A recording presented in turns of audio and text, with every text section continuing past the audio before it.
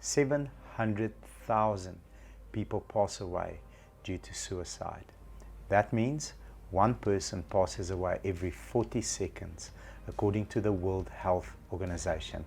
And the majority of those people are between the ages of 15 and 19.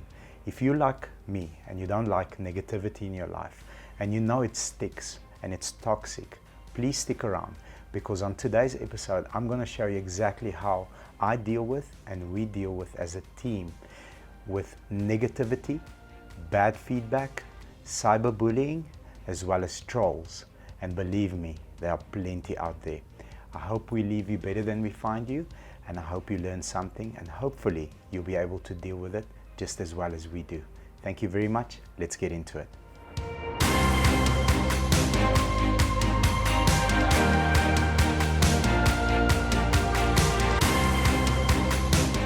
Looking at the current generational curse, with all the trolling, with all the bad negative comments, with all the keyboard ninjas out there that just want to hurt your feelings, that just want to ruin your day, you need to remember a couple of things. That in order for you to grow or to progress or to create better content or to learn from your mistakes which you've made, you need to keep four things in mind: friction, pressure, criticism, but most importantly, competition creates growth. It creates an environment of learning.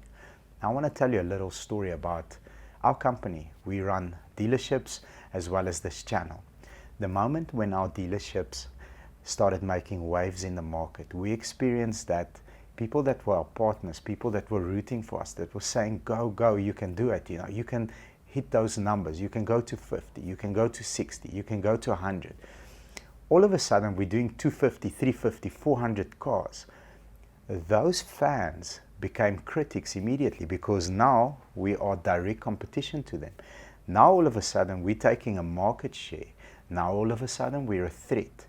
The moment that happens and you feel like you are a threat to somebody, because remember, if you are posting content on Facebook or Instagram or TikTok or Snapchat, whatever you're posting on, just bear in mind that the person that's receiving that content doesn't necessarily always get your intention and doesn't have the good feelings that you are trying to portray coming back at you. Sometimes they'll be jealous, or sometimes they'll feel like, oh, why do you have to have this experience? Let me bash you, let me break you down, let me create a feeling of that hatred towards the person that produced the content. Now, as a team, as the Mid-Mac Masterclass team, believe me, we experience a lot of heat. This is the system that we use to run each and every negative comment that has served us so well, because there's a difference between a comment or some feedback that you receive that is harmful with an intention to hurt, rather than a negative feedback coming from someone with areas where we can improve. We love those. You need to identify which category it falls into, take it, use it to improve, or just simply ignore it. But don't get analysis paralysis. Take the comment, digest it through the system, either use it or just throw it in the trash, because you know what? It doesn't matter. It won't kill you. It will just make you stronger. Here's the system that myself and our team use and run each and every negative comment through. Let's get into it. Listen honestly and decide what is the intention of the feedback. Is it constructive or destructive? Listen, take it in, and decide. Are they constructively criticizing us? Bearing in mind, you need to leave your ego outside the door.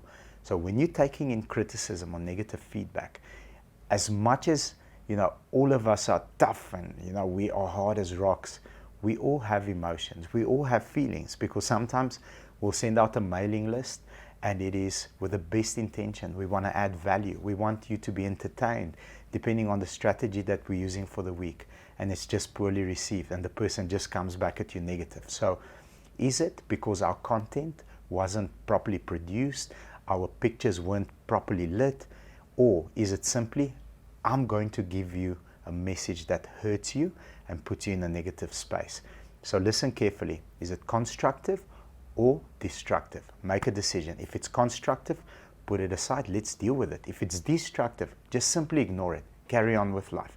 Because the more you focus on it, the more it will drain your energy, and we don't want that. Number 2, you need to thank those that give you constructive criticism. Thank you very much for bringing it to our attention. Now that you mention it, having a light in this position creates a shadow on this side of Bobby or whoever's face. Thank you very much. We really appreciate it. We're going to strive to improve and go and get better lighting or position it in a way that it doesn't create the shadow which gave you a bad experience. Thank you very much. Minimize the encounters with negative, deconstructive people. Now, this is a very important topic. I need you to focus. It's not necessarily people at work or people on the internet. This applies especially to family members. Some family members don't have the best intentions for you. It's true. Even though you're my family, it doesn't mean that you want what's good for me. So make sure that you identify the people that create this negative energy and doubt within you and avoid them at all costs. Make sure that you look inwards, so inside your very close circle, and see how you feel after you spend 5 or 10 minutes with a certain individual. If that individual doesn't push you, challenge you, and make sure that you grow, but rather just beats you down the whole time, limit your time with that person. The less time you spend with them, the better it is for your mental state. Make plans to act on the constructive criticism. So write it down. Say, okay, this criticism that you gave me is tough. It will take me 2 to 3 months to fix whatever it is that you've seen. Thank you very much. Put an action plan together, put the steps, allocate enough time, and go for it. But don't just put it aside, because every time you hear it again, that emotion will be double, triple, quadrupled, because you know it's there.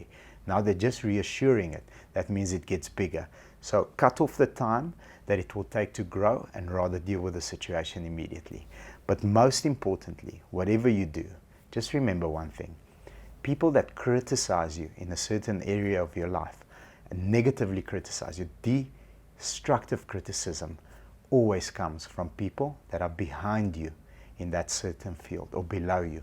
You will never have a wealthy person criticize you about your income if he's ahead of you. It's always the people behind you. You'll never have a happily married person criticize your relationship. You'll never ever have a person that has great intention negatively criticize you. So just remember that. Leave the ego out the door. Is it constructive? Take it. Fix whatever is broken. Take that shot. It hurts. I mean, wow, I wish it didn't hurt as much. But as much as you need that hurt to grow, you also need to control it and make sure that emotionally I'm stable, I'm going to handle it, I'm going to sort it out, and I'm going to move forward. I hope I really did leave you better than I found you. If you like this episode, please leave us a comment, as well as the subscribe button and the like button. Thank you very much. Take care and have a beautiful day. Bye-bye.